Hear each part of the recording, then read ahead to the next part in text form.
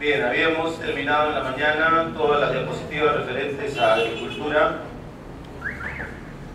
Y siguiendo el plan original, bueno, tendríamos para esta tarde la norma internacional 11.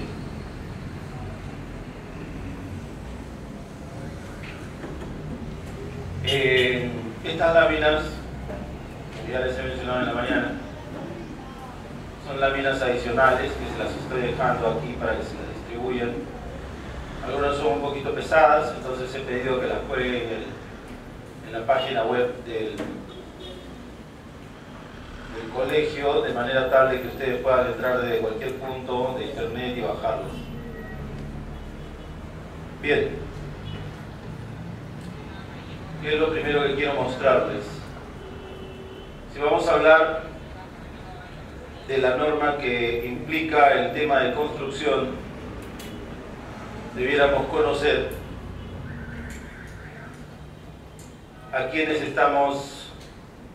empresas tenemos como referente en el país en esta área específica. Por ejemplo, podemos entrar a la página web de Graña y Montero.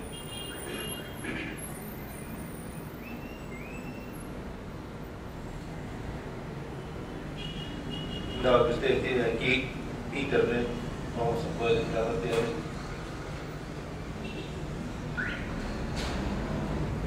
Como ustedes podrán ver, Graña y Montero en su página web les dice que tiene Graña y Montero, que es básicamente la empresa dedicada a construcción, Graña y Montero Digital, Graña y Montero Petróleo, Graña y Montero Inversiones, Vivienda, ¿sí? Entonces vamos a escoger una de ellas simplemente para tomar el concepto de referencia, ¿sí?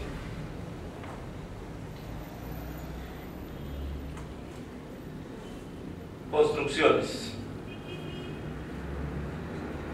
Aquí van ustedes a observar, por lo menos de manera rápida, dice: construimos los proyectos más complejos con mínimo impacto social y ambiental, ¿sí? Tienen todo un programa extenso de trabajo: carreteras, plantas, diques, puentes, estaciones, complejos habitacionales. Tienen una gama inmensa de plantas industriales. Entonces, cuando nosotros vamos a tomar la norma internacional, nos estamos refiriendo exactamente a este tipo de activos, ¿sí? La norma internacional 11 no nos dice que es la norma para las empresas que construyen edificios. Nos dice que es una empresa que se dedica a la construcción o elaboración de activos, ¿sí? Entonces es de cierta manera genérica. Podemos pasar a otra empresa también importante del rubro, y ahí por ejemplo tienen CECEL, obras viales, energía eléctrica, saneamiento, ¿sí? Hidráulica e irrigaciones, todas aquellas obras que tengan que ver con el mejoramiento del medio ambiente de la empresa minera o industrial. CECEL, por ejemplo, ha diseñado y ha construido puertos, el tren eléctrico, también ha trabajado para plantas de hidrocarburo, ha hecho realidad el tema de varios centros asistenciales, ¿sí? Entonces estamos hablando sencillamente de obras importantes, monumentales, ¿sí? Vamos a ver. Estas dos son empresas peruanas, Graña y Montero, ¿sí? Raye Montero Digital obviamente no se dedica al tema de construcción, sino al tema de elaboración de sistemas. Raye Montero, la parte de vivienda, obviamente es una inmobiliaria, ¿sí? Pero hay Raye Montero Construcciones, que es la que hemos visto, que es básicamente la que aplica los conceptos que hoy día vamos a apreciar. CECEL, como ustedes han visto, tiene distintas obras, ¿sí? Puentes, carreteras, plantas, todo eso necesariamente tiene que pasar por la que vamos a ver ahora. Una empresa del exterior con raíces nacionales, Salfacor.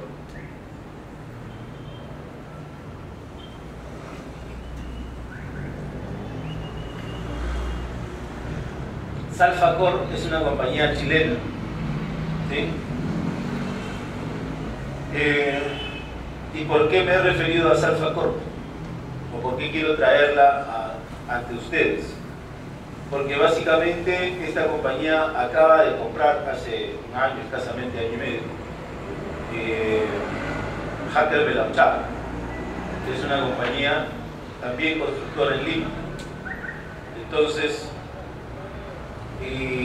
¿por qué los chilenos tendrían que comprar, bueno, aparte de hacer alguna inversión, distribuir sus inversiones en Latinoamérica, por qué tendrían necesariamente que ellos comprar una empresa de construcción en el Perú como Hacker Belauchar? ¿Por qué creen? ¿Ah? Vamos a ver. Si queríamos ver los catálogos de sus obras, podemos ver acá.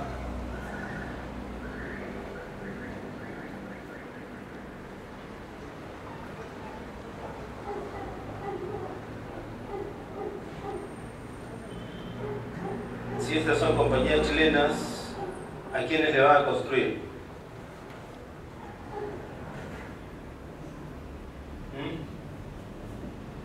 Bueno, les pregunto, ¿quién hizo Metro de Trujillo? ¿Saben ustedes quién hizo Metro de Trujillo? Salfacor. ¿Quién hizo? Ahorita vamos a ver, para no equivocarme. Esta página web tiene mucha figura, por lo tanto se demora un poquito en cargar, pero es bueno que la veamos.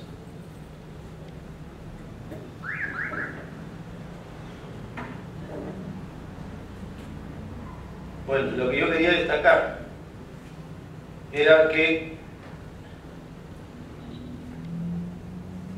por ejemplo, vamos a ver, es una empresa que tiene 80 años en Chile, tiene inversiones en distintos países, ¿sí? Vamos a ver aquí sus obras. Y ha construido, bueno, en Chile ha construido malls para Líder, que es una empresa, no sé si ustedes tienen conocimiento un poco de cuál es el grupo de malls en Chile. Está obviamente Saga, está Ripley, está Líder, está Almacenes París, ¿sí? Entonces, esta compañía Salfacor le ha construido para Líder, que es otra compañía que va a venir muy pronto al Perú, la mayoría de sus tiendas. Entonces, ¿por qué creen que una compañía chilena tendría que comprar una compañía peruana?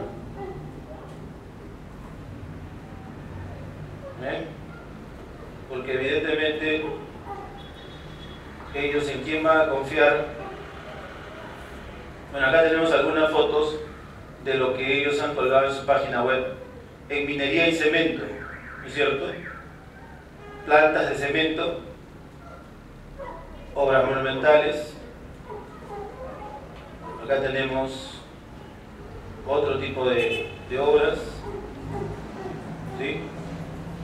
En este caso continúa la planta de cemento que diversas etapas. Esos que están ahí son los hornos giratorios. Las fajas transportadoras, estos, como está acá en la figura 7, son los molinos que trabajan con bolas de cemento, ¿sí? Y todos los otros aspectos de la planta de minería o de cemento en este caso. A ver si podemos ir a lo que les decía. ¿Dónde están? Hidroeléctricas, plantas industriales. Por ejemplo, estas son plantas de procesamiento de agua, ¿sí?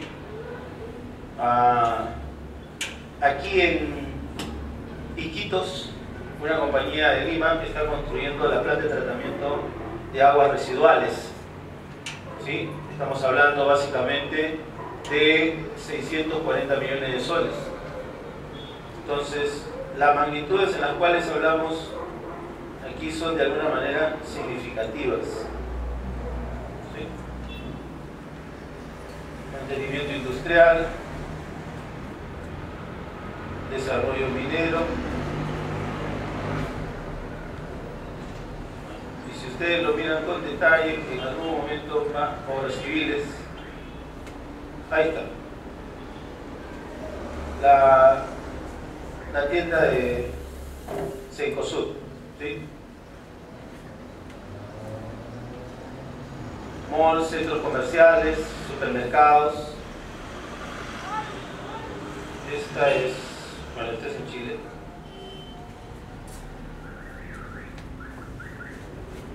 Polar es otra tienda, ¿sí? Del grupo Ripley. Falabella. Y si le construye a Cencosud, evidentemente, ya no tengo que mostrárselo, pero si construye Cencosud, le construye a Metro, Wong y todos los que ahora constituyen parte de la inversión de Cencosud, ¿sí? Almacenes París, obviamente Sodimac, ¿sí? Y eso es Sodimac de Punta Arenas, en Chile. Y tenemos básicamente el porqué Santa Isabel, líder, Jumbo, que es otra cadena de malls, y luego tenemos ya más construcciones que de alguna manera acreditan lo que nosotros vamos a ver hoy día, ¿sí? En algunos casos, estas construcciones se le denomina EPC, ¿sí? Por sus siglas en inglés. Ahora vamos a ver qué cosa es EPC. Proyectos EPC. Son proyectos llave en mano, ¿verdad?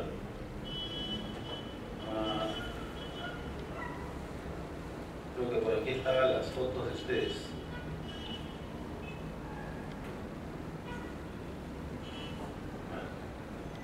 Les dejo la referencia.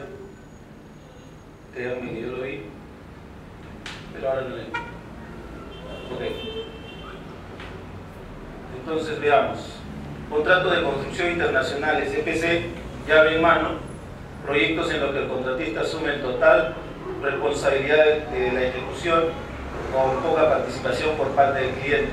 Requiere un mayor ajuste en cuanto a plazos, costos de entrega, de acuerdo con el planteamiento habitual en los contratos llave en mano. El contratista lleva a cabo todo, la parte de la ingeniería, la parte de la logística y obviamente la parte de la construcción, proporcionando una construcción completamente equipada y lista para la operación. Puede ser una planta de cemento, puede ser una tienda, puede ser un mall completo, ¿sí? Entonces, de eso se trata. Se trata justamente de algunos elementos que ahora vamos a visualizar. Todo lo que ustedes han visto ahí se puede resumir en esa lámina, ¿sí? todo lo que podemos ver de aquí hasta que terminemos la ley 11, lo podemos conceptualizar en este gráfico. Necesariamente va a haber un contrato de construcción, ¿sí? Por la magnitud que vemos, o sea, los he hecho pasar por internet y para que ustedes puedan fijar mentalmente la magnitud, ¿sí? No es lo mismo construir un edificio 8 pisos que construir una planta de cemento o una represa o una planta de tratamiento de agua, ¿verdad? Entonces aquí estamos hablando de una construcción en donde básicamente el propietario busca un contratista que sea, digamos, que tenga todas las aplicaciones como para poder solucionar el problema. Una manera de contratar es contrato llave en mano, ¿sí? Vamos a ver cómo lo menciona la norma internacional ahora. Pero ¿qué sucede con estas obras monumentales? Con estas obras que pueden ser toda una planta, ¿sí? Tienen obviamente un valor que va a ir creciendo en función a los años. Una planta de cemento no se construye en 6 meses, ¿sí? Un mall, un centro comercial no se construye en 40 días y 90 días, ¿cierto? Toma por lo menos un año y medio, 2 años. ¿Okay? Entonces, ¿qué es lo que va a pasar en el año 1? ¿Qué es lo que va a pasar en el año 2? ¿Qué es lo que va a pasar en el año 3? ¿Por qué me preocupa lo que va a pasar en el año 1, 2, 3 o 4? ¿Y a quién le debe preocupar? ¿Y de qué trata la norma? ¿La norma acaso habla del cliente que firma el contrato? ¿Habla del propietario? ¿No? ¿Sí? Habla de qué manera el contratista va a tener que resolver el problema relacionado con la construcción en distintos periodos, ¿sí? Se va a generar un activo en distintos años, a lo largo de, por ejemplo, en este caso 4 años. Entonces, ¿cuál es el tratamiento contable para poder llevar a los estados financieros de cada uno de los años los ingresos ordinarios y los costos relacionados? En otra palabra, cómo el contratista va a poder, de acuerdo con normas internacionales, distribuir apropiadamente sus ingresos y sus costos a lo largo de cada una de los periodos. Y ojo, ¿no es cierto? Cuando estamos hablando de Graña y Montero, estamos hablando de CC, estamos hablando de otros, no tienen una obra, ¿sí? Tienen 1, 2, 3, 4, 5 obras o 6 obras o 10 obras simultáneamente, ¿sí? Y sus obras pueden que no estén solamente en Lima, pueden estar en Lima, puede estar en Piura, puede estar en Santiago, puede estar en Bolivia, puede estar en cualquier parte del país o de los países vecinos. Entonces, ¿cómo se va a hacer para poder reflejar en los estados financieros los distintos grados de avance? En esencia, es esto lo que vamos a tratar de resolver en los siguientes minutos. ¿Sí? Entonces, temas de interés con relación a la norma internacional 11. El ingreso ordinario. ¿Sí? Acordémonos, cualquier obra que nosotros vayamos a emprender tiene que tener un contrato. Y aquí estamos hablando obviamente ya no del tamaño, porque obviamente a veces nosotros iniciamos una construcción, si quiero construir mi casa, y a veces buscamos un maestro y no planteamos ningún contrato, ¿sí? Eso no puede ser así en la empresa, ¿sí? Hay una relación contractual que debe fijar los diversos temas relacionados con la parte contable. La norma internacional 11 le pone mucho énfasis a los ingresos ordinarios. ¿Qué piensan ustedes? A ver, si quedó claro. La norma internacional 11 ¿A quién le sirve? ¿Al propietario, cliente o al contratista? Al contratista, ¿cierto? Ok, entonces, si la norma internacional le va a poner énfasis a los temas del contratista, ¿ustedes creen que va a poner énfasis en el tema de los ingresos?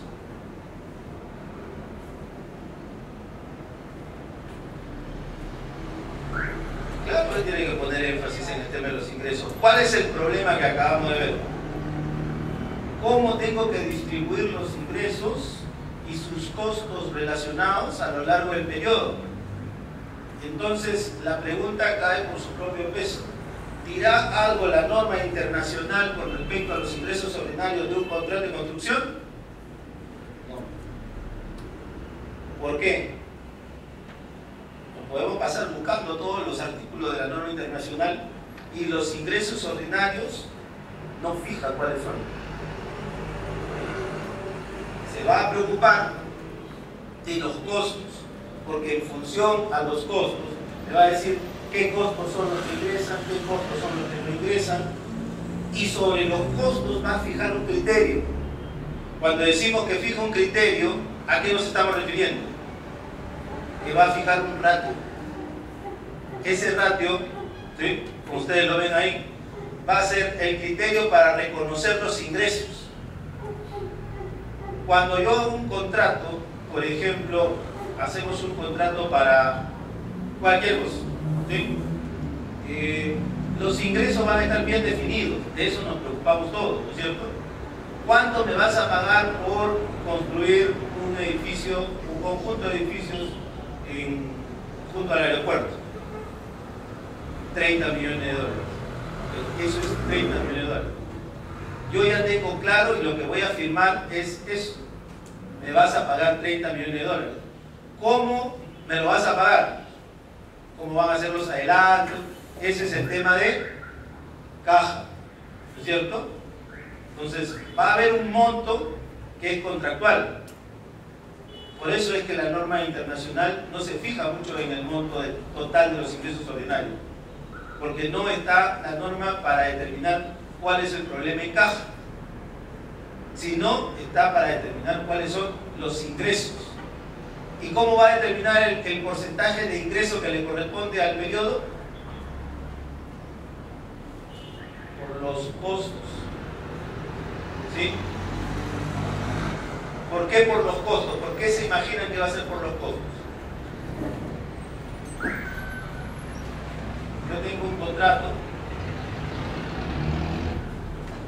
y este contrato me dice que me va a pagar 30 millones por construir un activo X que yo tengo que entregar, ¿sí? Y lo voy a hacer durante 3 años. Básicamente esa es la condición para que yo me lleve 30 millones, ¿sí? Y después va a haber un tema de flujo de caja. ¿Cómo es que los 30 millones van a venir a lo largo de los 3 años? ¿Sí? En cuanto a los ingresos, la parte contractual no tiene nada que ver. Eso va a estar bien definido. El problema es, en esos 3 años, ¿cómo voy a registrar mis ingresos? ¿Sí? Ese problema lo arregla la norma. Pero no lo arregla diciéndome que estos 30 años, estos 30 millones los divides entre 3 y proporcionalmente cada año. No dice eso, ¿sí? Entonces toma una base real. ¿Qué cosa es lo más real cuando yo construyo? Costos, ¿cierto? Los costos incurridos. Entonces yo tengo costos incurridos y tengo costos presupuestados. Hago un ratio y ese es el porcentaje que me va a servir para determinar en función a este total mis ingresos. ¿Sí? Entonces, es así como va a funcionar la norma 11. En la norma 11, el ingreso ordinario no me fija cuál es. Los costos sí. Me va a decir cuáles son costos del contrato, cuáles son costos indirectos, cuáles son costos directos del contrato y cuáles no deberían ser costos del contrato. Eso sí. ¿Por qué? Porque sobre esa base, ¿sí?, va a calcular el criterio. Antes de la NIC 11, ¿cómo hacíamos? Antes de la NIC 11, tomábamos nuestras valorizaciones, nuestra factura y contabilizábamos. ¿Cierto? Contabilizábamos por cada valorización, emitíamos una factura. Esa factura iba a ingresos a la 70 y ya estaba. Después, cuando aparece la NIC 11, ¿qué es lo que sucede? Referencia al estado de realización al final del periodo que se informa. ¿Qué cosa es el estado de realización? Es justamente poder calcular cuántos costos hemos incurrido, de esos costos incurridos, cuánto representa de los costos totales, obtener el ratio correspondiente, aplicarlo a los ingresos y empezar a trabajar, ¿sí? Entonces, esa es la metodología que la norma recomienda. Entonces, ¿qué es lo más importante de la norma internacional 11? La determinación del estado de realización en función a los costos incurridos. Veamos un poquito más de eso. Normalmente siempre me preguntan si estoy o no estoy en construcción y me empiezan a dar un montón de características, ¿no es cierto? Vamos a ver, de lo que me acuerdo. Me dicen, por ejemplo, estaré en construcción si vamos a suponer algo. Estaré en construcción, supongamos que ustedes son Saga Falabella, ¿sí?, y ellos deciden autoconstruir un mall, una tienda en un mall. ¿Estarán bajo el ámbito de la NIC 11? No. ¿Por qué? Correcto. No habla de autoconstrucción. La NIC 11 se basa en que hay un acuerdo contractual y yo no puedo hacer un acuerdo contractual conmigo mismo. No hay contrato porque es autoconstrucción, no hay aplicación de NIC 11, ¿sí? Ok, entonces en ese caso Saga Falabella no será pasible de aplicar la NIC 11, ¿sí? Saga Falabella tiene una empresa hermana que se llama Sodimac, ¿sí? ¿Qué cosa es Sodimac? Es una gran ferretería. ¿Qué cosa hay en una ferretería? Fierro, cemento y todo lo necesario para la construcción, ¿sí? ¿Qué pasa si Saga Falabella quiere construir un local, ¿sí?,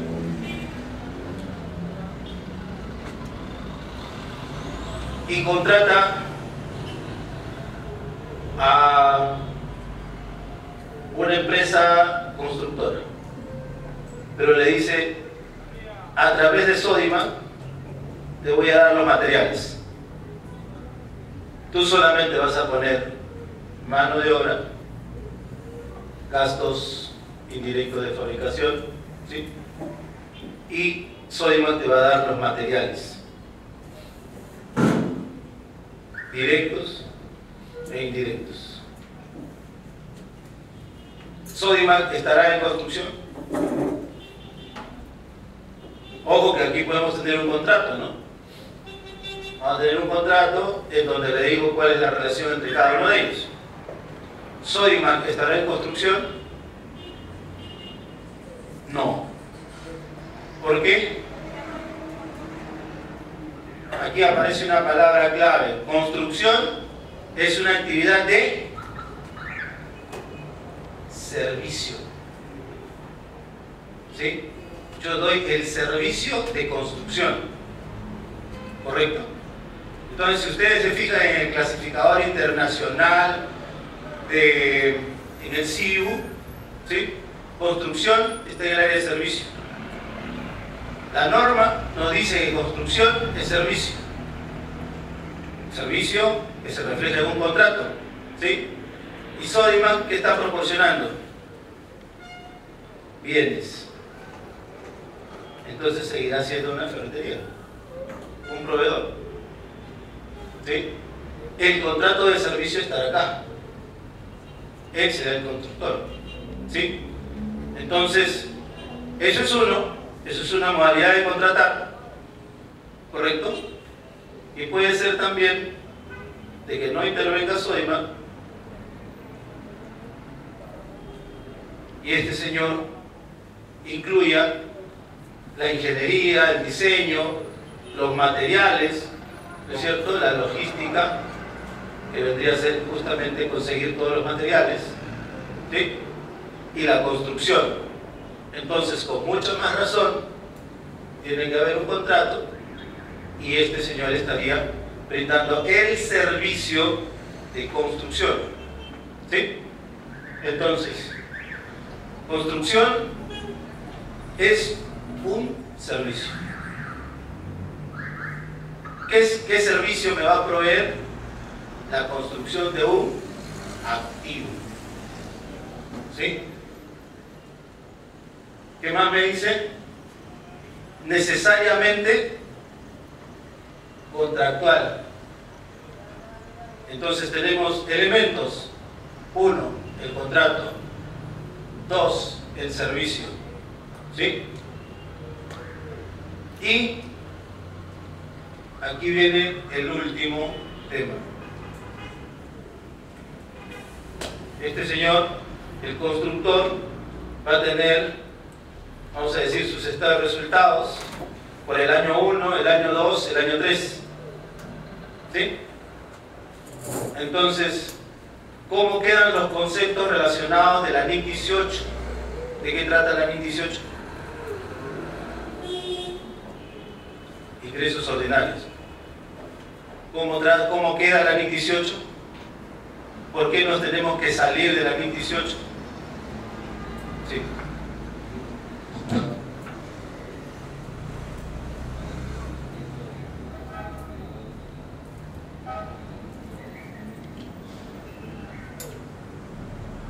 Debe tener en cuenta el reconocimiento de los ingresos aplicados a la NIC 11, porque es el tema de los costos y los gastos, ¿verdad? En términos concretos, cuando nosotros vemos el tema de NIC número 18, dice que abarca sobre el tratamiento contable de los ingresos ordinarios. Leemos expresamente la NIC número 18, nos envía que cuando se trate de actividades de construcción vayamos a la NIC número 11. Entonces, en términos concluyentes, usted lo había manifestado, ¿cuál es la relación? Exactamente creo que llegamos, ¿no?, a esta parte, de que nos envía la NIC número 11, pero sin embargo, en términos concluyentes, para mi percepción podría decir que básicamente para poder reconocer en una actividad de construcción los ingresos ordinarios, yo tengo que tomar como referencia los costos o los gastos. No sé si en conclusión vendría a ser lo mismo que estaríamos en esa definición de ingresos ordinarios. En la misma definición de ingresos ordinarios, lo que pasa es que en la NIC 11 vamos a tratar de la distribución de esos ingresos ordinarios que están en relación a un contrato. En realidad el ingreso es uno solo. En nuestro caso anterior eran 30 millones de ingresos ordinarios, pero esos 30 millones se van a dar a lo largo de diversos periodos.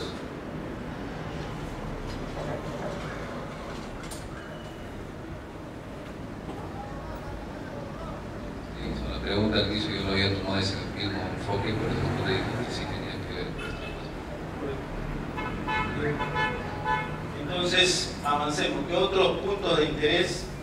Fíjense que estamos tomando la norma, no de leerla, ¿sí?, de repente ya la hemos leído anteriormente, pero ahora le estamos dando otra lectura. Le estamos dando la lectura de raciocinio, ¿sí?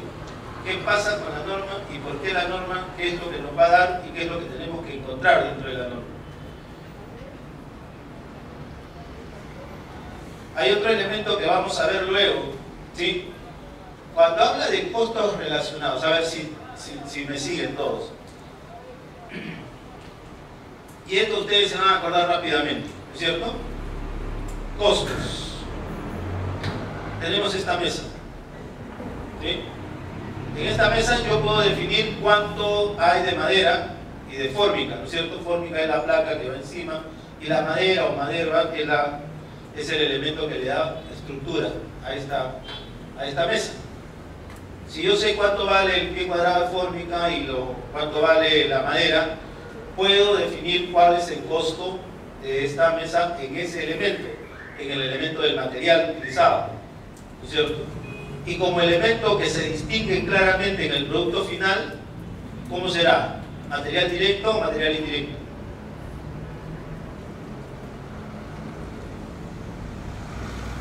¿Otra vez? Cuando hablamos de costos, esto después, vamos a poner acá porque después tengo que volver a ese tipo de... Cuando hablamos de costos, costo de producción, 3 elementos: mano de obra, ya ven, me olvidé, mano de obra, materia prima, ¿sí? Y costos indirectos de fabricación. La mano de obra, obviamente el costo indirecto de fabricación va a tener la mano de obra indirecta, los materiales indirectos y otros costos indirectos de fabricación. La mano de obra, entonces, esta de acá va a ser la mano de obra directa y el material este va a ser el material directo, ¿sí? Entonces ya hicimos una clasificación. Pero el problema no es hacer la clasificación, sino saber qué cosa es directo y qué cosa es indirecto. Si nosotros volvemos a nuestro ejemplo de la mesita, el material y la fórmica será material directo. ¿Por qué? Porque lo puedo identificar y lo puedo medir. Dos cosas que yo puedo necesariamente encontrar en un elemento para calificarlo como material directo, identificarlo con el producto final y medir su costo, ¿sí? Entonces, si esto es así, sobre la misma mesa, esto va pegado, ¿no es cierto? Y sé que tiene que ir pegado porque no se despega. ¿Cuánto de heterocal o de pegamento utilicé para fijar esto? No lo sé, pero sí sé que está. Entonces, ¿es material directo o material indirecto? Indirecto, porque sé que está, lo puedo identificar, pero no lo puedo medir, ¿sí? Esa es la gran diferencia entre material directo y material indirecto. ¿Por qué he hecho esta alusión? Porque luego vamos a tener aquí directos y vamos a tener aquí indirectos con relación al contrato, ¿sí? Luego vamos a ver cómo la norma aplica ese concepto de identificación directa con los contratos, identificación indirecta con los contratos. Eso es muy importante, ¿sí? Con respecto a resultados, ingresos de actividades ordinarias del contrato, modificaciones. Yo acuerdo con Saba Falabella, yo soy el constructor, acuerdo con Saba Falabella construirle esto, que es un bonito edificio, por 30 millones, ¿sí? Dólares, soles, lo que fuera. Y en el camino veo que necesito hacer unas ampliaciones, porque el terreno, digamos que antes pasaba un río por ahí, y lamentablemente el río regresa siempre, ¿no? Si antes pasaba un río por acá, ¿qué va a pasar en algún momento cuando resulte que en algún lugar hay agua de hielo? El río busca su cauce natural, entonces voy a tener que hacer unos tubos para encauzar. ¿Sí? Eso no estaba contemplado en el plan original. Me di cuenta al momento que estaba haciendo las excavaciones o encontré evidencia posteriormente. Eso van a ser modificaciones. Esas modificaciones o esas ampliaciones, ¿sí?, van a modificar ¿qué cosa? El valor de los ingresos ordinarios. Ya no será 30, será 35. ¿Sí? O en todo caso, me dijeron que yo construya un edificio normal, ¿sí?, a todo costo. Y después lo que me dicen es, no, ¿sabes qué? Ahora está de moda y todos los Saga tienen unas luces que aumentan y disminuyen su frecuencia y cambian de luces en su fachada. Okay. Ya no solamente te voy a poner el cauce del río, si no quieres las luces también, ahora te va a costar 40. ¿Sí? Porque eso no está en el contrato original. Son modificaciones. Modificaciones aceptadas o requeridas por el cliente. ¿No es cierto? Entonces, el ingreso ordinario se convierte de 30 a 35, de 35 a 40, ¿correcto? El ingreso ordinario que yo debo reconocer será en esa cantidad, ¿correcto? En el periodo en el cual yo lo pago. Aquí conocí una cantidad, aquí conozco otra, aquí conozco otra. ¿Sí? Y eso va a ir variando la proporción final de lo que yo voy a reconocer como ingreso en el periodo. En algún momento puedo reconocer, por ejemplo, tengo un grado de avance de 30% sobre el total. ¿Sí? Entonces, y he consumido el 30%, he incurrido en el 30% de los costos. Debería reconocer el 30% del valor de los ingresos ordinarios. ¿Sí? Sería 30 por 3. ¿Sí? 30 millones por 30%. Y luego acá también será 30 millones por 30%, si es que avanzo otro tercio de la obra. No, ya no serán 30, serán, si yo he reconocido en el segundo año que vale 35, ahora será 35, ¿correcto? Entonces, la secuencia en las cuales se van a dar las modificaciones impactan o afectan el valor de mi reconocimiento de acuerdo con mi metodología. Eso es modificaciones versus proyectos diferentes. ¿Sí? ¿Qué cosa es un proyecto diferente? ¿Qué cosa podría ser un proyecto diferente?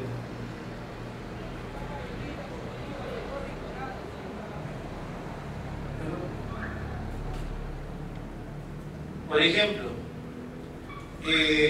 asumamos que en esta tienda estaba diseñada para ser construida en Miraflores, en Lima, ¿sí?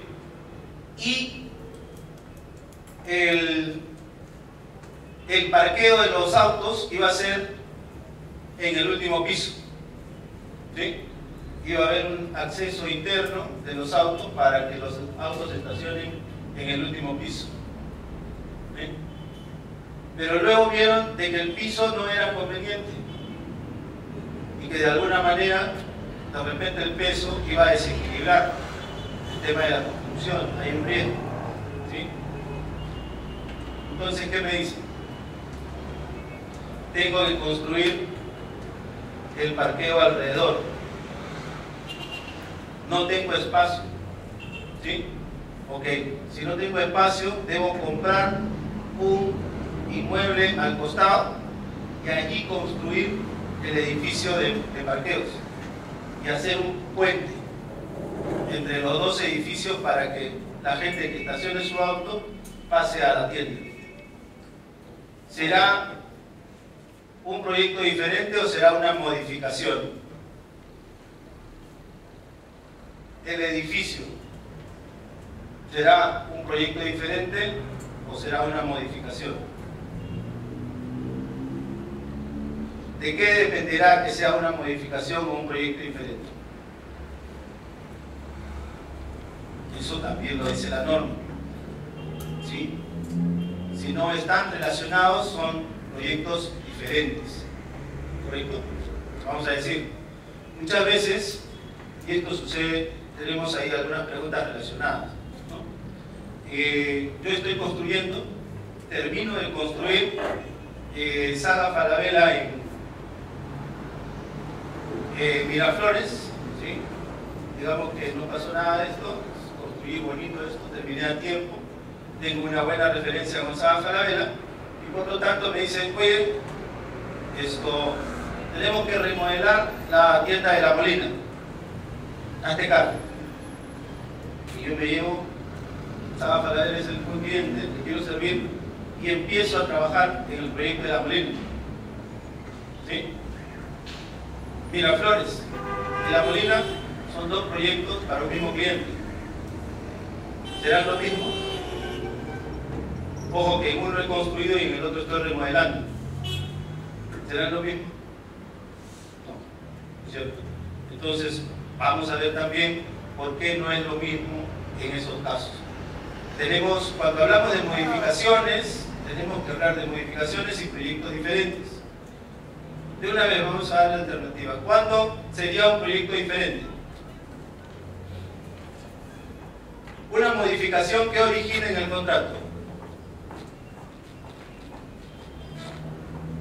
Una adenda. Un proyecto diferente que origina otro contrato. ¿Sí? Ok, avancemos. Costos que se relacionen directamente con el contrato específico, vamos a ir reconociendo. Pero también me dicen que podemos aceptar aquellos costos que se relacionen con la actividad de contratar y puedan ser relacionados con el contrato específico. ¿Sí? Entonces, esta palabrita está tomada de la norma. Que se relacionen directamente. O sea, un costo directo del contrato de todas maneras será considerado parte del costo. ¿Puedo considerar costos indirectos? Es la pregunta.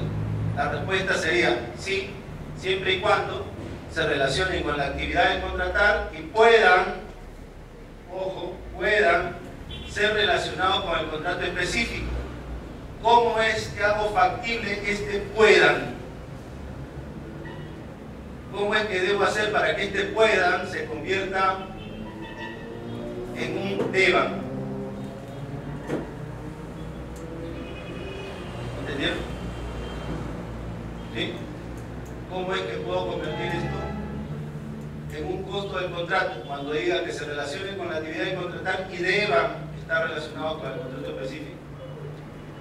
En el contrato tendrá que haber una cláusula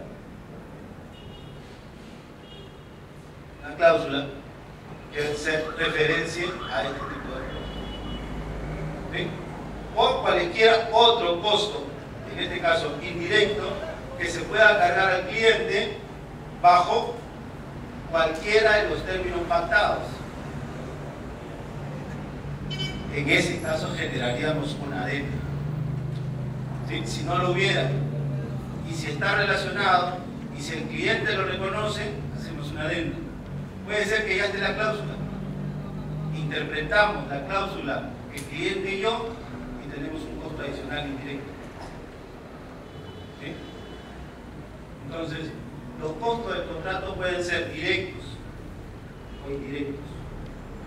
Los costos del contrato pueden ser directos o indirectos. ¿Cuáles son los directos? Los que yo puedo reconocer directamente en el contrato. ¿Sí? Lo que puedo reconocer directamente en el contrato. ¿Cuáles serán los indirectos? Aquellos que tengo que de repente no los puedo identificar, pero no los tengo cuantificados. No los puedo medir. Ok, ahí tengo que hacer el esfuerzo. Tengo que hacer el esfuerzo o de tener una cláusula interna dentro del contrato donde están los costos indirectos que van a ser aceptados, o tengo que hacer una adenda para que quede claramente especificado cuáles son los términos del contrato que están incluyendo esos costos indirectos. ¿Sí? Yo no le puedo cargar al cliente, ¿sí?, a los costos de la obra, aquello que no está en el contrato. Eso no es válido. ¿Sí? A ver, vamos a decir, yo tengo máquinas que van a trabajar acá. Luego vamos a ver el caso específico, pero vamos a adelantarnos. Yo tengo máquinas que trabajan acá, ¿sí? Pero así como trabajan ahí, de repente también están paradas, porque no tengo otra obra. Y las deprecio por línea recta, ¿no es cierto? Si yo la deprecio por línea recta, entonces el momento en que estén paradas, la depreciación será atribuible al contrato.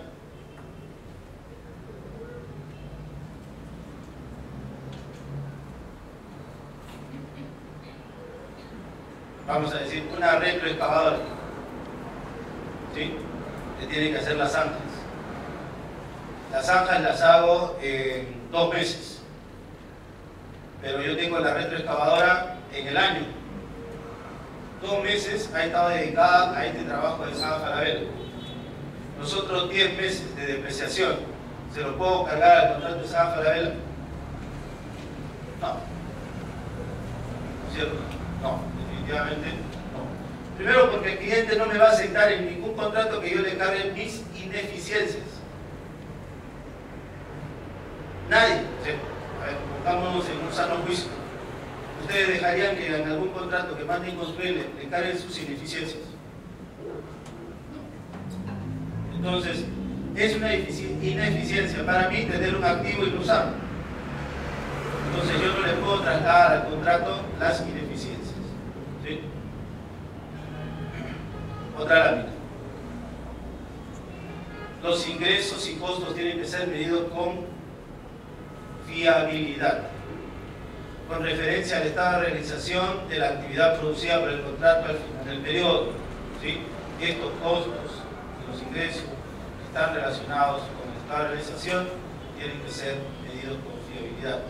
El reconocimiento de ingresos y costos mediante el método del porcentaje de determinación existe, ¿sí?, y lo vamos a utilizar en algún momento. Porción del contrato ya ejecutado. Es lo que queremos reflejar en ese método de porcentaje de determinación. ¿Sí? Entonces, el método del porcentaje de determinación que vamos a utilizar para definir cuáles son los ingresos ordinarios relacionados con determinados contratos en un determinado periodo están basados sobre los costos. Y esos costos están relacionados con la porción del contrato ya ejecutado. ¿Dónde me fijo para ver cuál es la porción del contrato ejecutado? En los costos reales incurridos. ¿Sí? ¿Se nota la secuencia?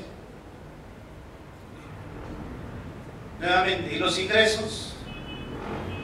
No, los ingresos ya hemos dicho cómo es que lo vamos a entender, ¿cierto? Ya hemos hecho la secuencia. Muchos métodos dependen de la naturaleza del contrato. La norma me señala 3 métodos para los avances. ¿Sí? El primer método es en el cual yo lo determino a través de los costos reales y los costos totales. A eso la norma le llama grado de avance, el cual no cuadra con lo facturado. ¿Sí? Yo le puedo facturar tributariamente por los adelantos y no tiene nada que ver los adelantos con respecto al grado de avance. ¿Sí? Puede estar hacia atrás, hacia adelante. Pero ¿quién determina este ratio, por decirlo así? Costos reales entre costos totales. ¿Quién tiene la responsabilidad de determinarlo? ¿Quién está en capacidad de determinarlo? De manera fiable. ¿Sí? Entonces, de los 3 métodos que señala la norma, este es el único en el cual nosotros podemos intervenir con fiabilidad, para darle fiabilidad al cálculo. ¿Por qué? Porque nosotros como contadores tenemos acceso, dominio, control, administración de los costos reales, los costos totales, los costos presupuestados y los costos que hemos incurrido. De todo eso tenemos dominio. Entonces, el responsable que lo va a determinar tendría que ser el contador. En los otros 2 métodos se requiere un especialista, ¿sí? Porque la norma me dice que también puedo fijar mi avance en función a una inspección de un especialista, ¿sí? Contrato a ingenieros supervisores para que vayan y verifiquen el avance de la obra. ¿Cuánto es que avancé en esta hasta el día de hoy? ¿Sí? Entonces, ¿ahí qué va a producir el especialista? Un informe. Ese informe me va a servir de base para la aplicación de este MEN. ¿Sí? Ahora, todo esto depende de la naturaleza del contrato. Si está especificado, obviamente, la intervención de un especialista, así va a suceder. La proporción física del avance. ¿Sí? Ya no me dice cuánto es desembolsado. Me dice la proporción física del avance. ¿Por qué puede ser la proporción física del avance? Porque digamos, por eso vimos las obras que se manejaban en Calle Montero, CECEL al principio, ¿verdad? Si nosotros queremos construir una planta de cemento, ¿sí? Tenemos que ir haciendo la obra civil y a la vez comprando máquinas y colocando las máquinas, ¿sí? Tenemos que hacemos la obra civil para la banda transportadora de los elementos que cortamos, la arcilla, la cal, todo lo que sacamos, y obviamente voy poniendo la banda transportadora. ¿Por qué creen que será eso?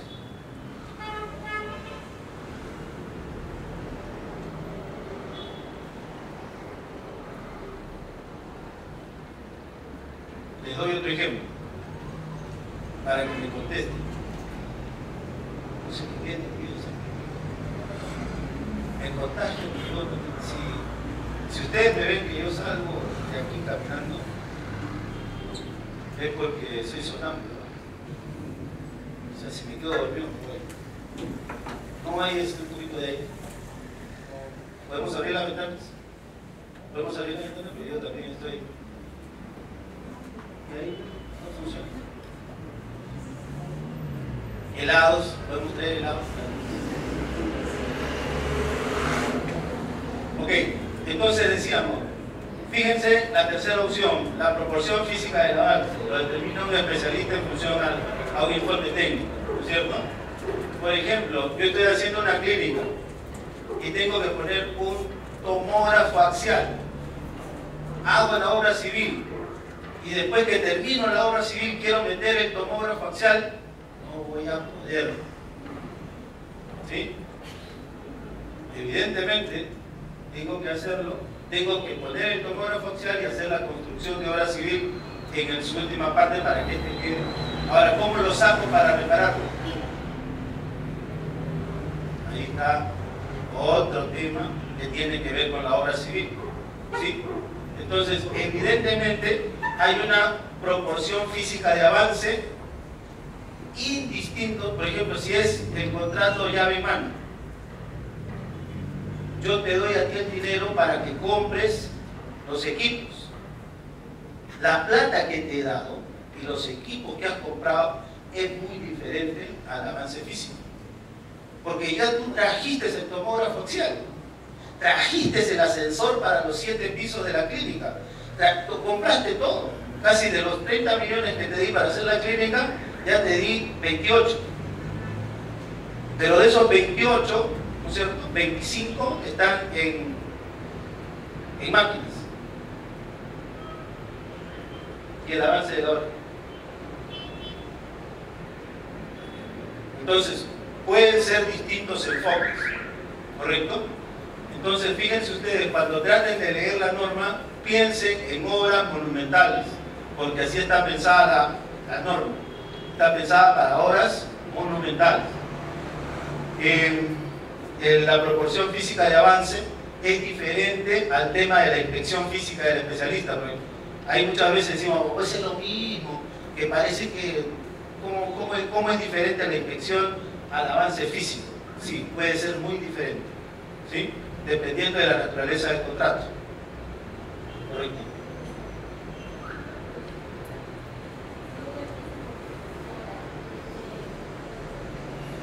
Sí. por unas obras que no pasa un periodo de un año y han firmado el contrato por 18 millones, por decir así, pero no pasa el periodo de un año para ejecución de 9 meses. ¿No estaría dentro de la NIC 11? Fíjese, lo que la NIC hace referencia es a la distribución en periodos que haya que reportar. No le dice periodos anuales. ¿Sí? Si usted tiene que reportar periodos, hacer cortes en función a semestres o a trimestres, él sí tiene que aplicar. Mi recomendación es que la aplique. La empresa se dedica exclusivamente a construcción de obras civiles. Correcto. ¿No es cierto? Algunas pueden ser de 9 meses, otras pueden ser de 15, otras pueden ser de 3 años. No superan el año. No superan el año en ningún caso.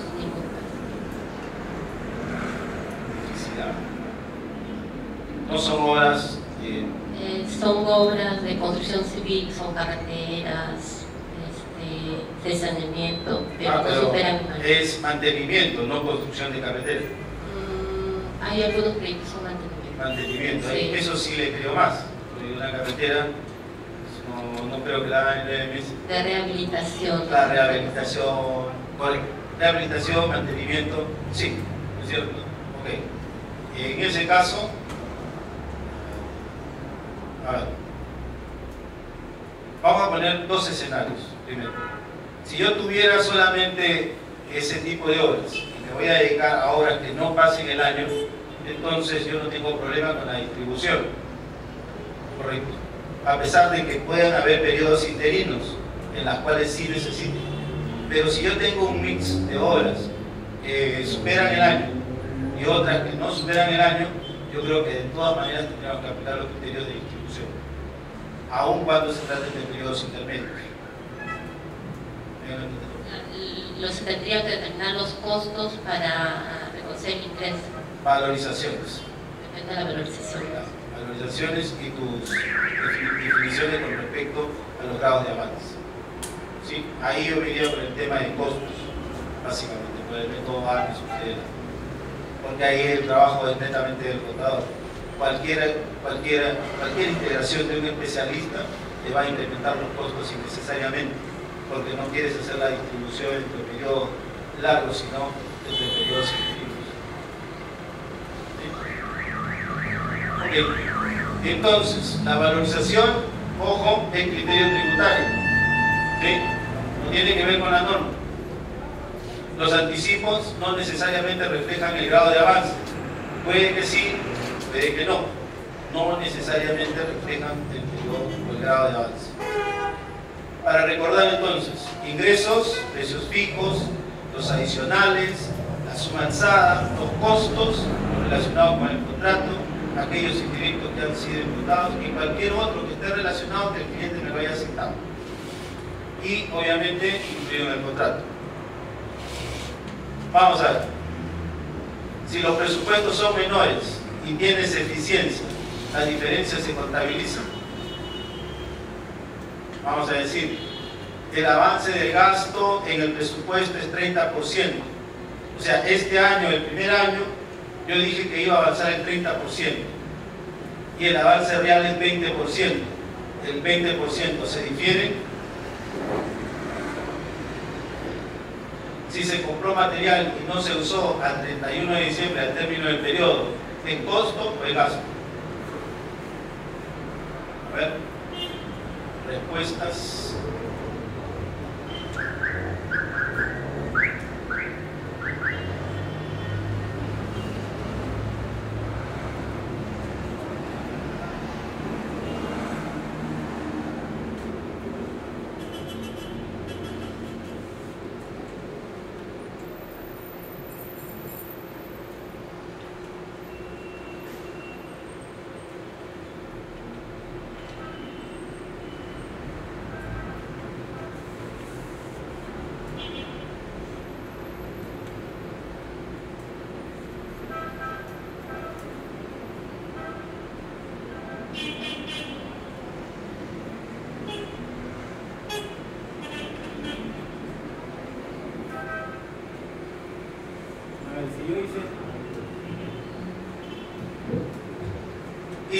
la primera pregunta es, yo hice mis presupuestos y consideré, por ejemplo, que la bolsa de cemento estaba en 25 soles. Vamos a poner cualquier precio, 25 soles. Pero resulta de que, como me han salido varias obras, he ido a la compañía de cemento y les he dicho, miren, antes yo pensaba comprar 1000 bolsas de cemento, ahora voy a necesitar 300.000 bolsas de cemento. ¿Cuál es el precio? ¿Sí? Entonces ahí hay de la negociación, obviamente puede y debe incidir en que yo estoy pidiendo un descuento sobre la bolsa de cemento. Esa sería una eficiencia. ¿Sí? Una eficiencia precio. ¿En cuántas partes, cuántas formas de eficiencia conocen ustedes para manejar costos? 1, 2, 3, 4, 5. ¿Cuántas formas de eficiencia conocen? Las que hemos visto en nuestras clases de costos en algún momento. ¿Ya llevaron costos acá en el colegio? ¿Lo han llevado? Levanten la mano los que quieran llevar costos. Yo también, porque yo enseño. Ahí te anote el futuro de cambio. Eso es lo que en algún momento ustedes tienen que hacer, ¿sí? Ustedes vienen aquí a capacitarse. Si ustedes sienten que tienen algún vacío que no se puede llenar en los temas que estamos hablando, entonces lo primero que tendrían que hacer es hacer una cartita, ¿no es cierto? O en la página web del colegio, entrar y si quieren poner su nombre, si quieren no, ¿sí? Se necesitan cursos de costos, se necesitan cursos de finanzas, ¿sí? Y ahí ponen para que ellos puedan tomar nota de eso, cuántas personas van a venir. Entonces, si se hace un grupo de 10, 15 personas, probablemente se haga un curso rápido, ¿sí? De 8 horas, de 4 horas. Si el grupo es más grande, de repente pueden ser varios profesores para varios temas.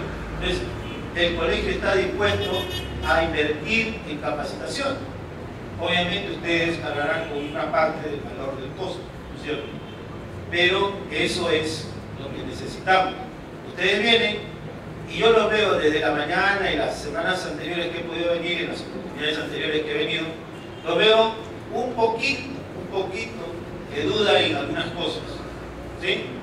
Y ya lo dije siempre, ¿verdad? Lo que no está claro acá, no sale claro por acá.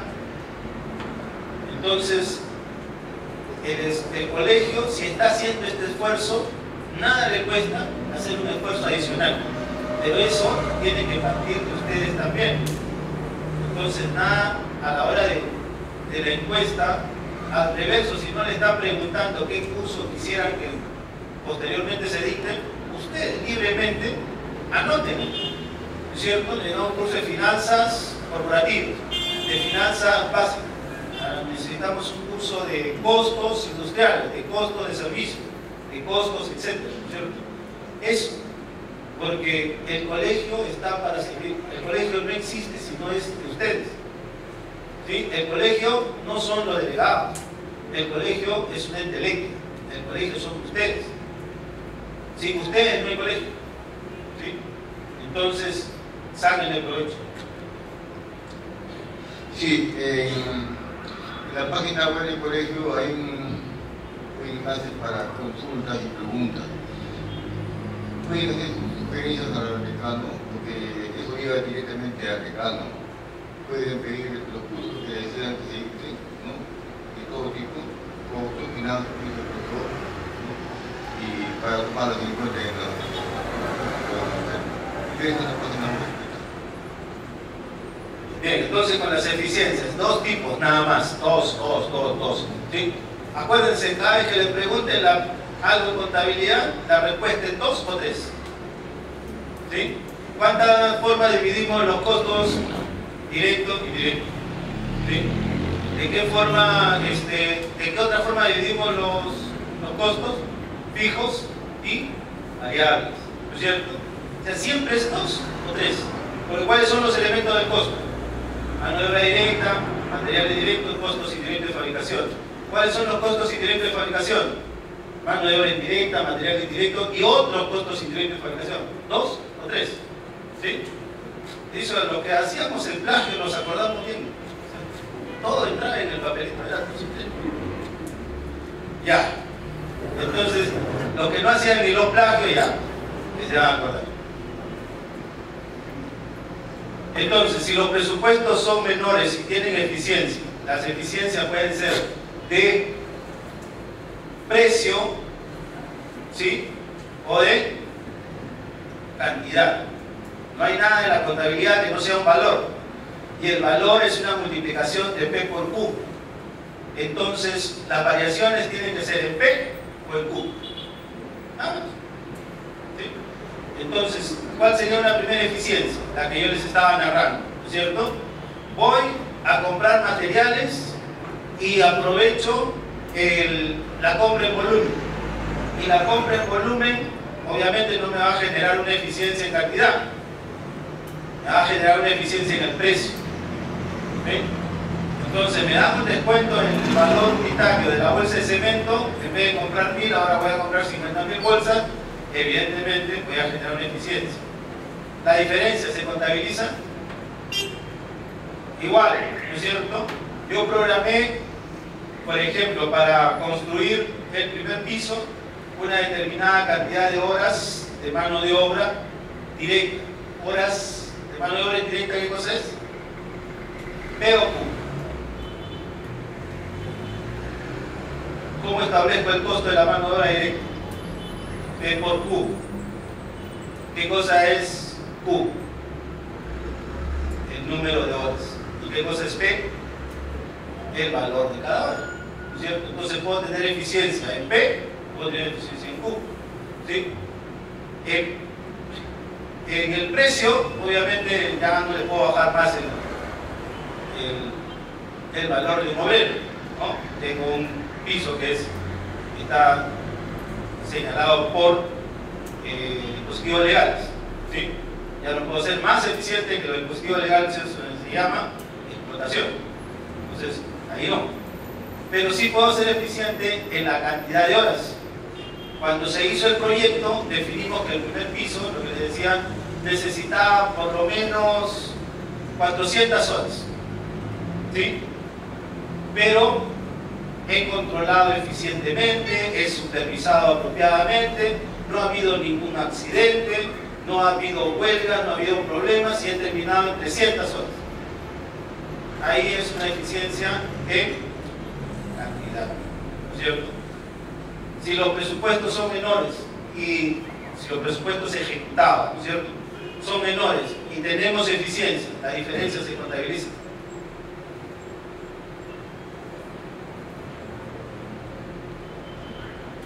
Respuesta, sí o no, tenemos que coger. No. ¿Sí? La eficiencia no la contabilizamos de ninguna manera. ¿Sí? La eficiencia se va a ver reflejada ¿dónde? En las utilidades. ¿Sí? ¿Perdón? Correcto. Los temas de presupuesto. Ahora, en el Estado tenemos contabilidad presupuestal, pero ya esa es otra cosa, ¿no es cierto? Nosotros en la actividad privada no contabilizamos presupuestos. ¿Sí? No contabilizamos presupuestos. Entonces, pero sí contabilizamos. A ver, cuando utilizamos costos estándar, adelante la mano lo que han llevado en su empresa costos, o llevan en su empresa el costo estándar. Ya, bajen. Cuando llevamos costo estándar, ¿qué cosa es un costo estándar? Es el costo matemáticamente calculado, ¿no es cierto? Ese es el costo. O sea, cuando decimos costo estándar no es una estimación, no es un predeterminado, no es un puede ser, es el costo. ¿Por qué? Porque lo hemos determinado matemáticamente, en base a lo que conversamos en la mañana, ¿no es cierto? Tendencias, etcétera, estadísticas, todo eso. Hay un trabajo científico detrás de cada costo estándar. Por eso al costo estándar se le denomina también costo científico, porque tiene una base matemática suficientemente solvente que lo ampara. Y por lo tanto, los principios, la doctrina contable me ampara a utilizar para mi registro contable los costos estándar. Entonces yo contabilizo los costos estándar, ¿sí? Y después cuando tengo que cerrar el periodo los comparo contra los costos reales. Y esos costos reales pueden tener diferencia entre el costo real y el costo estándar. ¿Cuál va a ser la diferencia, creen ustedes? La diferencia va a estar en la eficiencia. Puede haber eficiencias de precio, puede haber eficiencias de cantidad. ¿Sí? Es teoría, doctrina, ¿no? Pero eso es costo estándar.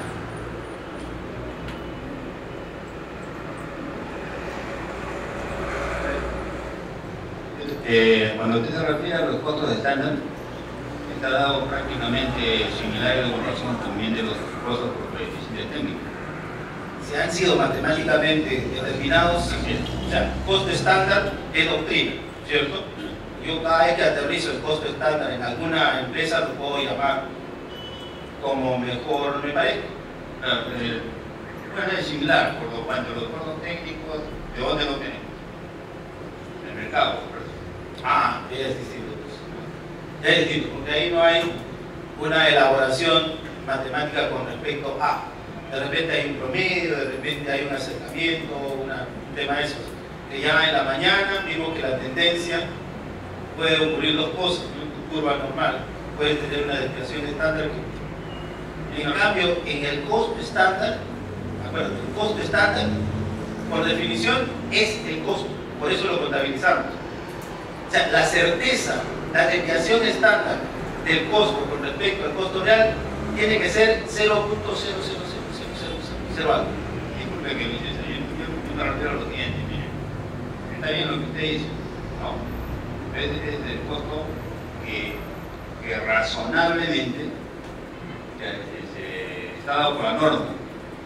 Yo creo que le estoy hablando es un costo del mercado que no es lo mismo que hablar de costo razonable. Claro, claro. Es totalmente distinto, o sea, son diferentes. Por eso les decía, si nosotros tenemos las... ¿Por qué contabilizamos el costo estándar? Porque estamos seguros que ese es el costo. ¿Sí?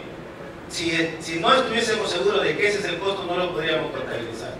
Al final, inclusive la teoría o la doctrina del costo estándar te dice que si al final tienes una variación entre 1,5 y 3, casi 4%, dependiendo de tus experiencias anteriores de diferencia, ¿sí? No amerita ajuste y se queda el costo estándar tal como está.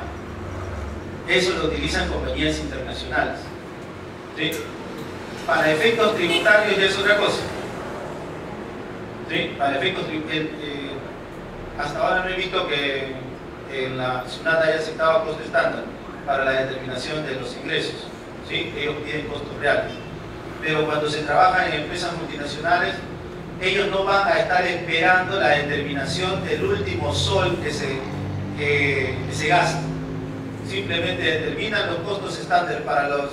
Hacen su Pareto, 80-20, dicen que el 80% de los gastos dinerarios está en el 20% de los materiales que nosotros utilizamos.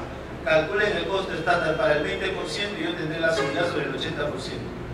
Y sobre esa seguridad me envían los reportes. Calculamos las utilidades y se consolida allá donde tengan que consolidar.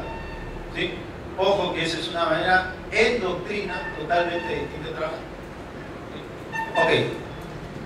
¿Preguntas? Entonces, la primera, si los presupuestos ejecutados son menores y tienes eficiencia, la diferencia no se contabiliza.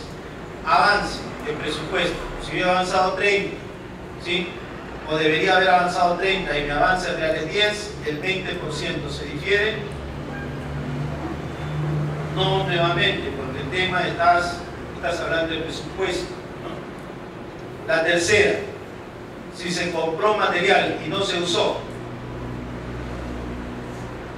obviamente a mí me dan avances y yo puedo prever, vamos a decir, por el análisis que tengo de mis especialistas en costos dentro de construcción, puedo prever que el cemento viene en una curva ascendente y yo para este año he utilizado una determinada cantidad de cemento y puedo de alguna manera prever el uso del cemento en los siguientes meses. Entonces, ¿qué pasa? Puedo dar un anticipo y comprar, dejar el anticipo en la fábrica de cemento, eso es un anticipo, ¿sí? Pero puedo comprar si yo sé que tengo que llenar, ¿no es cierto? Tengo que utilizar el concreto en la obra civil y voy a necesitar 50.000 bolsas de cemento porque voy a empezar a hacer la obra civil, a ejecutar y a llenar el concreto el 3 de enero, ¿sí? Y compro el material el 28 de diciembre. ¿Costo o gasto? ¿Costo o gasto? Nada. ¿Costo o gasto? ¿Se acuerdan? Los contadores somos de 2 o de 3. ¿Costo o gasto? ¿Ingreso o gasto? Vamos. A ver, ¿qué es? ¿Costo o gasto? Levanten la mano los que dicen que es gasto. Levanten la mano los que dicen que es costo. Costo. La mayoría, ¿no? La mayoría tendría que ser costo. Costo.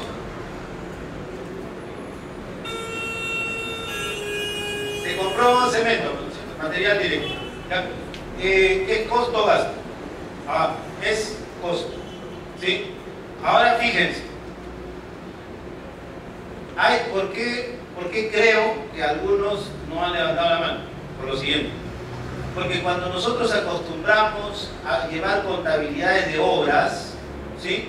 Cemento que compro no lo almaceno, sino lo destino a la obra. Y bajo los términos de trabajo actuales, locales, ¿sí? Cuando yo envío a obra, es gasto. ¿Sí o no? Yo compro tubos y los almaceno y tengo 3 obras, ¿no es cierto? Tengo mi almacén de tubos, o mi almacén de cemento, o mi almacén de fierro y tengo 3 obras. Sé que voy a necesitar en algún momento y como no son perecibles, de repente los compro y los almaceno para aprovechar volumen y efecto de precio, ¿sí? Entonces, cambio eficiencias y allí lo tengo almacenado. ¿Cuál es mi política como empresa constructora? Cuando yo lo tengo en almacén es costo, pero cuando lo llevo a la obra es gasto. Así no lo utilice en la obra todavía. ¿Por qué? Porque se entiende que apenas llega a la obra lo tendrá que utilizar, ¿de verdad? Pero ¿qué pasa? Oh sorpresa, cuando vamos a la obra también tienen su pequeño almacén, ¿sí? Entonces lo que yo envié a la obra y lo consideré como gasto, todavía no lo he consumido. No sé si me dejo entender. En un tema de consolidación, si ustedes tuvieran que consolidar esos 2 almacenes en su empresa, ¿qué sería? ¿Costo o gasto? Costo. Pero existe la práctica local de considerar que todo lo que va a obra es gasto. Y si yo lo saco de mi almacén central para enviarlo a obra, lo contabilizo en el gasto de la obra, ¿sí? Pero me voy a la obra y me doy con una sorpresa que todavía no se ha consumido. Entonces, evidentemente, mi política me está llevando a generar gastos que de repente no son, ¿sí? Entonces son costos que yo debo tener separados. Bien. Nadie ha preguntado el impacto tributario. Que bien, nadie está preocupado por supuesto. Ok. La siguiente.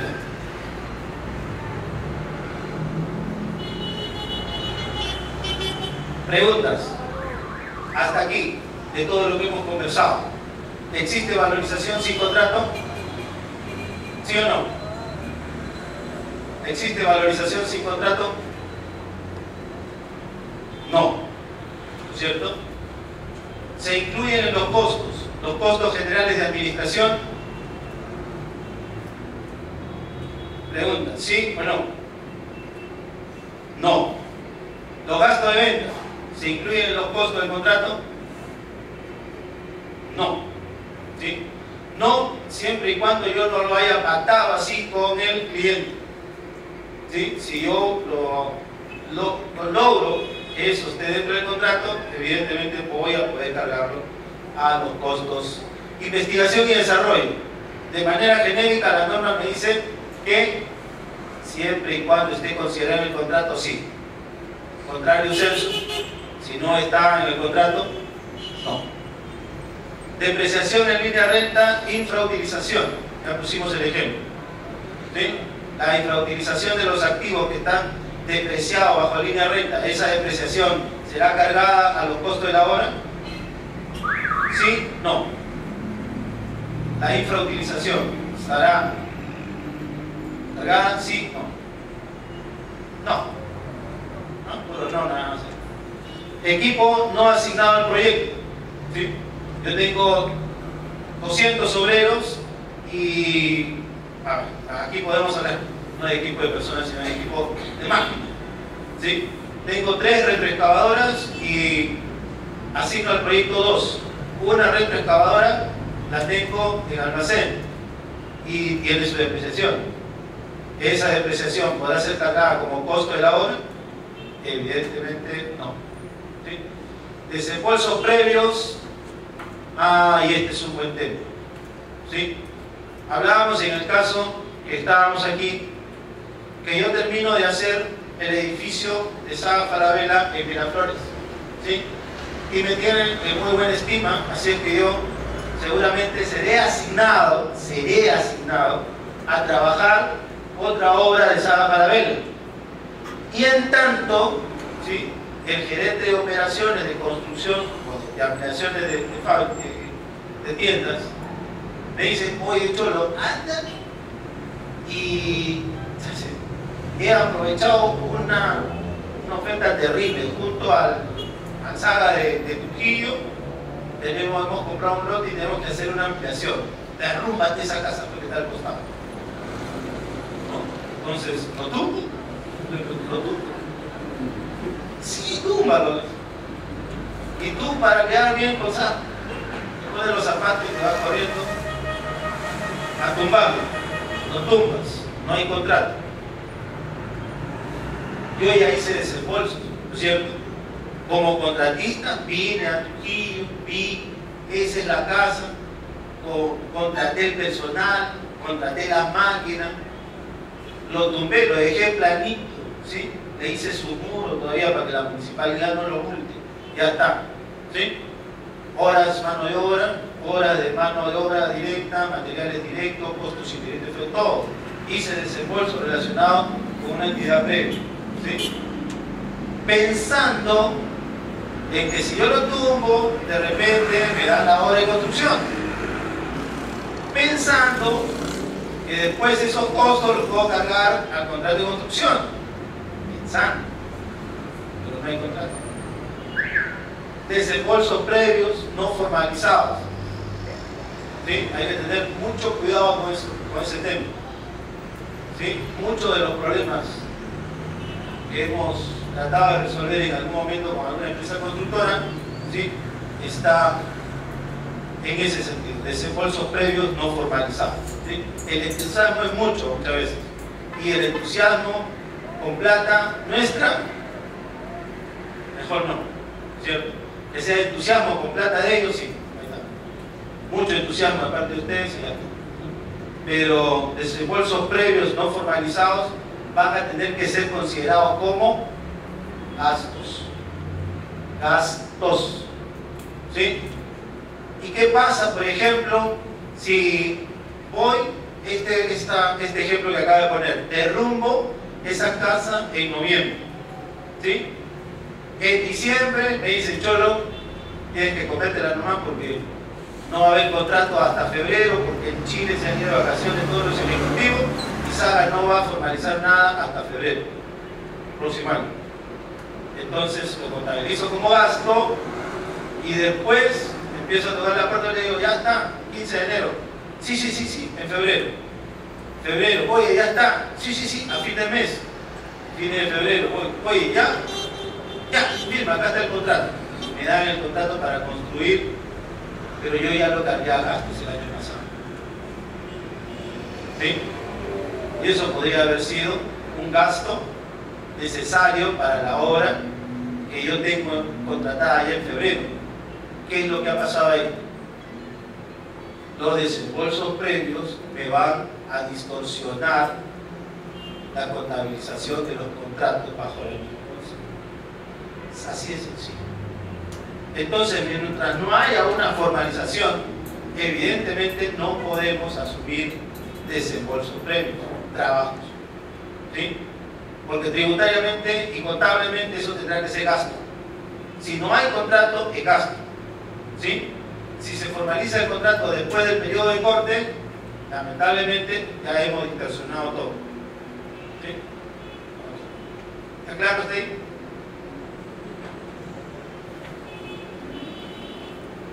Ajá. Un casito de la vida real. Existe una serie de desembolsos importantes, deberán diferirse o deberán ser cargados a gastos. Se sabe que en unos meses se deberá regularizar. El área legal debería preparar un contrato y generar cláusula sobre contratos futuros para llevar activos en procesos los desembolsos realizados, si no, eficaz. ¿Sí? Entonces, por muy chiquito que sea el trabajo, tu contratito. ¿Sí? Y dentro de ese contratito le pones una cláusula que dice: esta es una actividad sobre un proyecto futuro. ¿Sí? Y ese proyecto futuro, entonces sí lo vas a poder llevar al activo, lo vas a poder activar, ya no lo vas a llevar a gastos.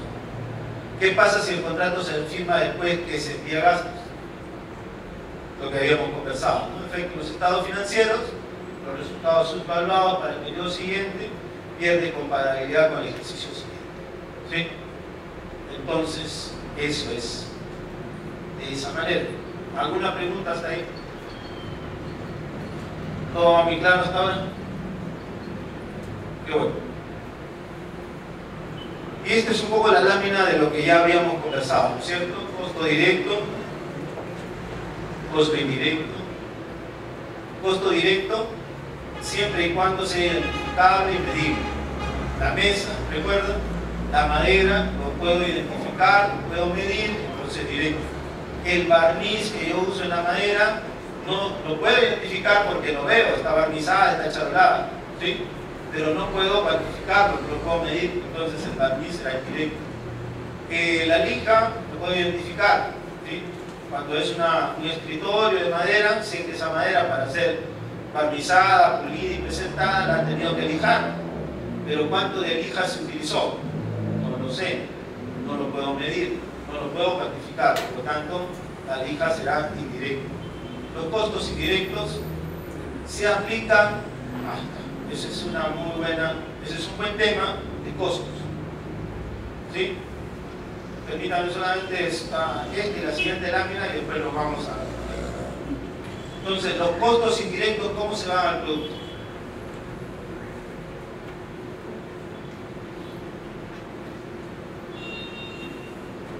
Si no lo puedo identificar directamente, los tengo que asignar.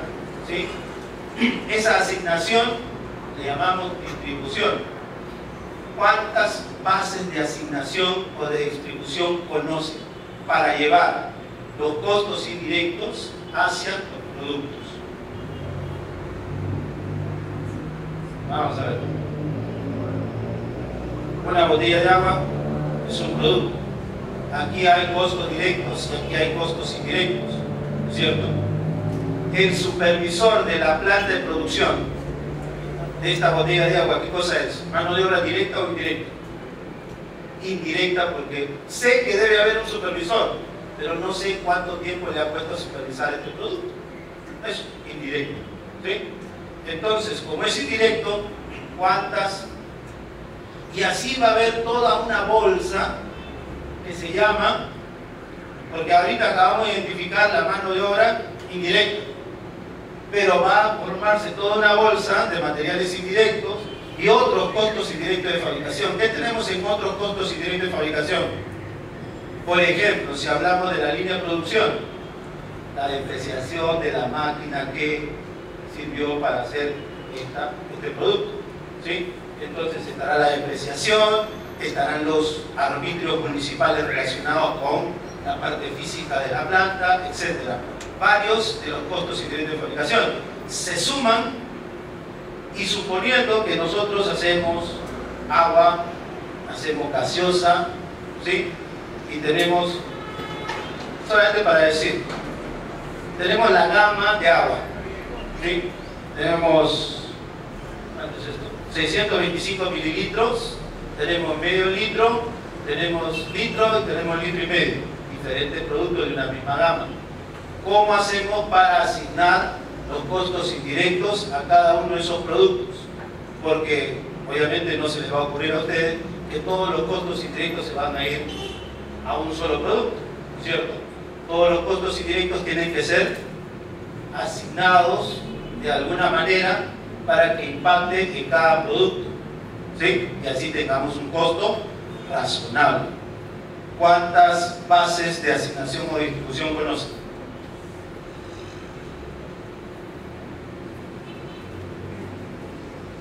Aquí sí nos escapamos de 2 o 3. 5, nada más. ¿Ya? 5. Ahí está. Podemos utilizar el costo del consumo de materia prima. Podemos utilizar el costo de la mano de obra directa. Podemos utilizar el número de unidades producidas. Podemos utilizar el número de horas hombre o podemos utilizar el número de unidades de materia prima consumida. ¿Sí? Entonces, 4 o 5 normalmente estamos utilizando en un rango de 3. Siempre que tenemos esa distribución, lo normal es que 2 estén ahí, no que se utilicen. Entonces, vamos a ver, y esto se lo voy a dejar simplemente ya para responderlo después. Nosotros tenemos que tomar una de ellas, ¿cierto? Para asignar toda esta bolsa de costos indirectos de fabricación, todo esto es dinero, ¿sí? Todo esto es dinero. Y para llevarlo al producto A, o al producto B, o al producto C, ¿sí? Tenemos que escoger ¿cuántos factores? ¿Uno? ¿O podemos escoger varios factores? ¿Qué dice la doctrina contable? Uno solo. Uno solo. Para asignar los costos indirectos de fabricación a cada uno de los productos generados en la línea de producción, tenemos que escoger un solo factor de distribución. Pregunto, y ya vamos a responderlo después del break. ¿Ustedes creen que toda esta diversidad de costos indirectos de fabricación lleguen a realizarse a través de un solo factor con razonabilidad a cada uno de los productos? ¿Sí o no? La respuesta es no. Por eso es que surgió los costos basados en actividades, ¿sí? Para darle el tratamiento a los costos indirectos. Ojo, el costo basado en actividades no se contabiliza.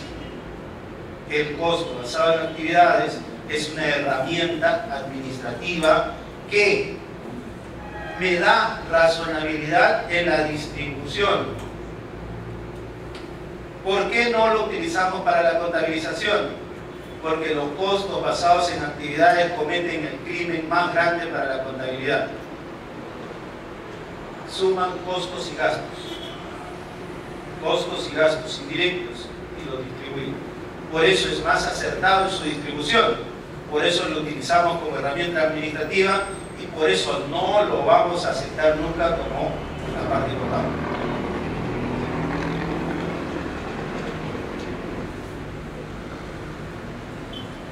Decía el profesor que el ABC de costo le sirve como una herramienta de decisión para la gerencia, ¿cierto? O sea, administrativamente, pero no así en la parte técnica. Correcto, no a la parte contable, sí para la parte técnica administrativa. Ok, señores, entonces con este tema quedamos para después continuar en... Se han merecido muy bien un break. Sí, vayan por favor.